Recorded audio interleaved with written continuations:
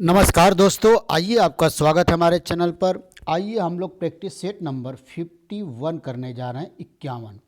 आइए देखिए, पहला क्वेश्चन अलजेब्रा का दिया है कि यदि a+1/a का होल स्क्वायर बराबर 3 है तो a⁻6 - 1/a⁻6 की वैल्यू क्या होगा। तो आप इस बात को याद कर लीजिएगा, यदि a+1/a का होल स्क्वायर बराबर दिया है 3, तो आप जानते हैं कि a+1/a की वैल्यू आ जाएगी √3। a+1/a की वैल्यू √3 आ जाएगी। तो आप जानते हैं कि अगर a+1/a तो a³ + 1/a³ की वैल्यू आ जाएगी √3 का होल क्यूब -3√3, और इसकी वैल्यू 0 आ जाएगी। मतलब a³ बराबर आ जाएगा -1/a³। इसका मतलब a⁻6 बराबर आ जाएगा -1। तो आप इस बात को याद कर लीजिए आज के बाद, अगर a+1/a बराबर √3 दिया है तो a⁻6 की वैल्यू आएगी -1। अब इसी की वैल्यू इसमें रख दिया जाएगा, तो -1⁻6 -1/-1⁻6, तो a आ जाएगा 1, a भी आ जाएगा -1, और इसकी वैल्यू क्या आ जाएगी 0। तो आंसर हमारा 0 होगा, मतलब ऑप्शन सी बिल्कुल सही आंसर होगा। आइए अगला क्वेश्चन देखते हैं, क्वेश्चन नंबर 2। देखिए क्या दिया है कि 12 संख्याओं का औसत 9 है। यदि प्रत्येक संख्या को 2 से गुणा कर दें और 2 जोड़ दें तो नया औसत क्या होगा। तो आप इस बात को याद कर लीजिए, जब भी प्रत्येक संख्या को या 2 से गुणा करें या 2 से भाग करें या 2 से जोड़े घटाए, तो आप इस बात को याद कर लीजिए कि आपका जो नया औसत आएगा, नया औसत बराबर आपका होगा पुराना औसत प्लस माइनस गुणा भाग इंटू के। अब गुणा करेगा तो गुणा हो जाएगा, प्लस करेगा तो प्लस हो जाएगा। तो प्रत्येक 12 संख्या का औसत 9 है, और प्रत्येक संख्या को जब आप 2 से गुणा करेंगे तो औसत भी 2 गुना होकर कितना हो जाएगा 18। अब प्रत्येक संख्या में जब आप 3 जोड़ देंगे तो औसत फिर 3 बढ़ जाएगा, कितना हो जाएगा 21। तो नया औसत आ जाएगा 21। ऑप्शन सी, ऑप्शन तीसरा बिल्कुल सही है। इस बात को, ये वाला फार्मूला बिल्कुल याद कर लीजिए। आइए अगला क्वेश्चन देखते हैं दोस्तों, क्वेश्चन नंबर 3। देखिए क्या दिया हुआ है। आइए दोस्तों क्वेश्चन नंबर 3 देखें। दिया है कि 2 की घाते 51 प्लस 2 की घाते 52 प्लस 2 की पावर 53 प्लस 2 की पावर 54 प्लस 2 की पावर 55, ये किससे विभाजित होगा। तो आप देखिए, 2 की घाते 51 हर जगह से हमको कॉमन मिल रहा है, तो यहाँ 1 बचेगा, यहाँ 2 बचेगा, यहाँ 2 की घाते 2 बचेगा, और यहाँ 2 की घाते 3 बचेगा, और यहाँ 2 की घाते 4 बचेगा।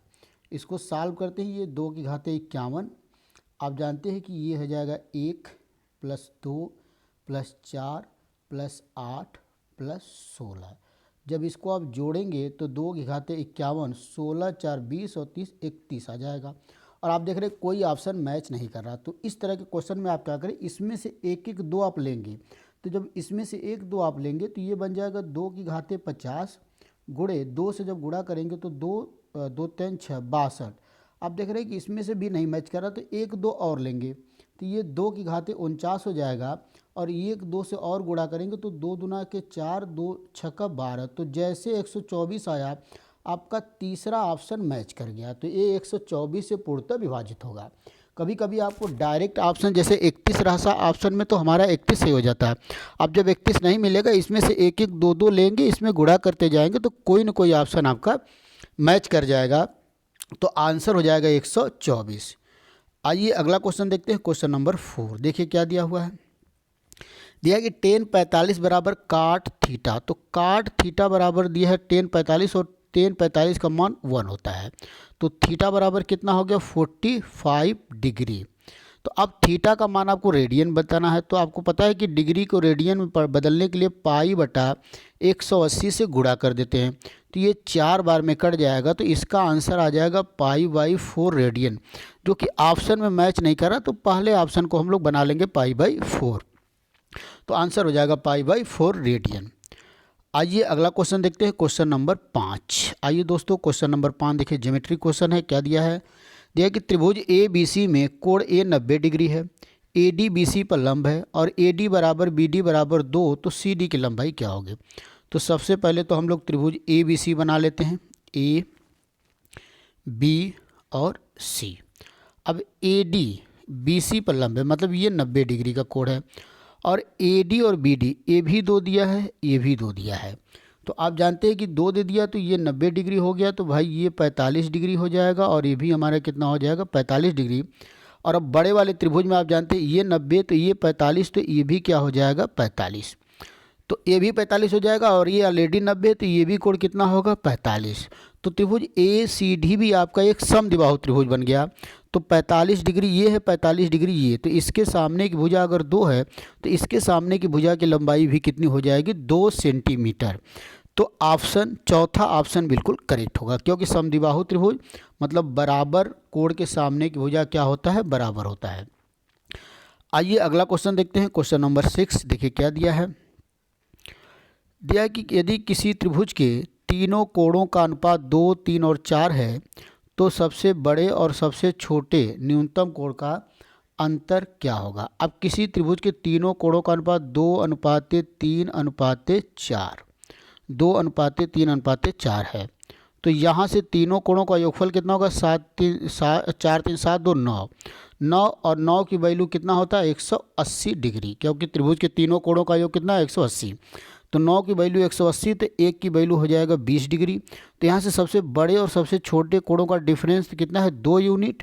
तो 1 की वैल्यू अगर 20 डिग्री है तो 2 की वैल्यू कितना हो जाएगा दोस्तों? 40 डिग्री। तीसरा ऑप्शन, ऑप्शन नंबर सी बिल्कुल सही होगा, थर्ड ऑप्शन सही होगा। आइए अगला क्वेश्चन देखते हैं, क्वेश्चन नंबर 7। देखिए ये भी ज्योमेट्री का क्वेश्चन दिया हुआ है।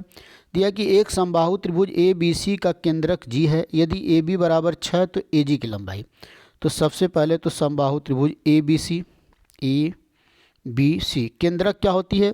किसी त्रिभुज की तीनों माध्यिकाएं जहां एक दूसरे को काटती हैं वो क्या होता है? केंद्रक। और आपको पता है कि ये केंद्रक जी, और माध्यिकाएं आपको पता है कि किसी त्रिभुज की जो माध्यिकाएं होती हैं ए जी और जी डी, किसी त्रिभुज की माध्यिकाएं एक दूसरे को 2 और 1 के अनुपात में विभाजित करती हैं।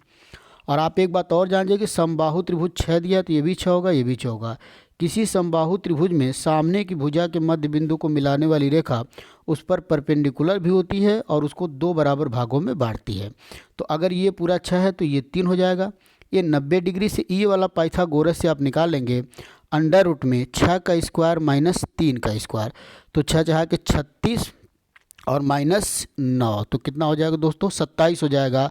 तो 3√3 ए डी की लंबाई आ गई 3√3। आपको पता है कि ए जी और जी डी एक दूसरे को 2 और 1 के अनुपात में काटती हैं, तो जो ए जी का लंबाई होगा 3√3 का 2/3, तो 3 से 3 कटा तो आंसर आ गया 2/3। 2/3 आप देख लीजिए, दूसरा वाला ऑप्शन बिल्कुल मैच कर रहा है, तो इसका आंसर हो जाएगा 2/3। आइए अगला क्वेश्चन देखते हैं, क्वेश्चन नंबर 8। क्या दिया हुआ है? दिया है कि 32 किलोमीटर प्रति घंटा की चाल से 160 किलोमीटर की दूरी चलता है और 40 किलोमीटर प्रति घंटा की चाल से लौटता है, तो औसत चाल। तो आप याद कर लीजिए कि जब किसी निश्चित दूरी 160 किलोमीटर की दूरी को 32 किलोमीटर प्रति घंटा की चाल से जा रहा है और 40 किलोमीटर प्रति घंटा की चाल से आ रहा है, तो इसको V1 मान लेते हैं, इसको V2। तो जब किसी निश्चित दूरी को 2 अलग अलग चाल से तय करेंगे तो उस केस में जो औसत चाल आता है वो आता है 2V1 V2 अपान V1 प्लस V2। तो यहाँ पर 2 हो जाएगा, 32 × 40 प्लस 32 प्लस 40 करेंगे तो आपका आ जाएगा 72। तो इसको सॉल्व करेंगे तो ये आ जाएगा आपका 35.5 किलोमीटर प्रति घंटा।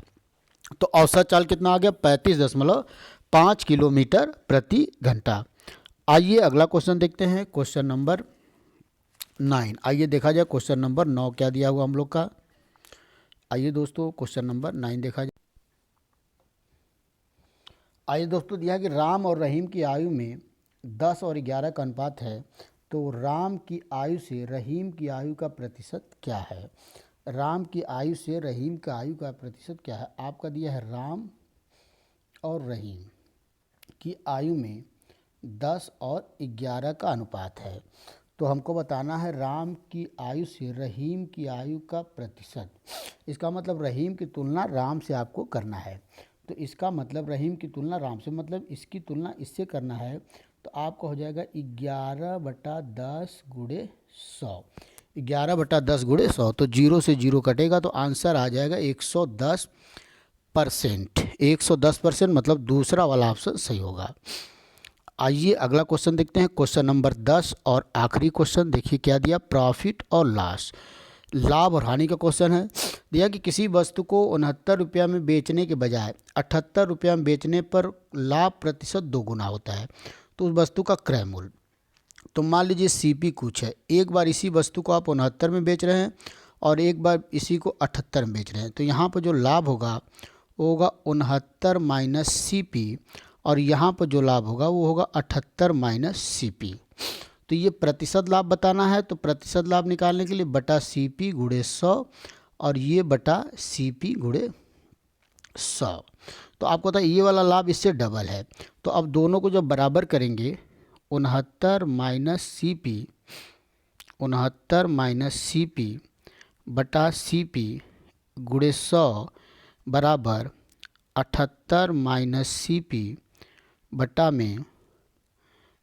में सीपी गुणे 100। तो ये लाभ इससे डबल है तो दोनों को बराबर करना, तो इसको हमको डबल करना पड़ेगा। तो ये 100 से 100 कटेगा, सीपी से सीपी कटेगा, अंदर गुणा कर देंगे, ये हो जाएगा 2 9 18, 2 6 12 1 13 माइनस 2 सीपी और इधर होगा 78 माइनस सीपी। अब पक्षांतर आप करेंगे, सीपी की वैल्यू निकालेंगे तो सीपी की वैल्यू आ जाएगा 60। आंसर आ जाएगा 60। ऑप्शन डी बिल्कुल सही होगा। तो दोस्तों ये 10 क्वेश्चन का प्रैक्टिस सेट रहा। उम्मीद है कि आपको पसंद आया होगा। अगला सेट लेकर आते हैं, तब तक के लिए नमस्कार, धन्यवाद।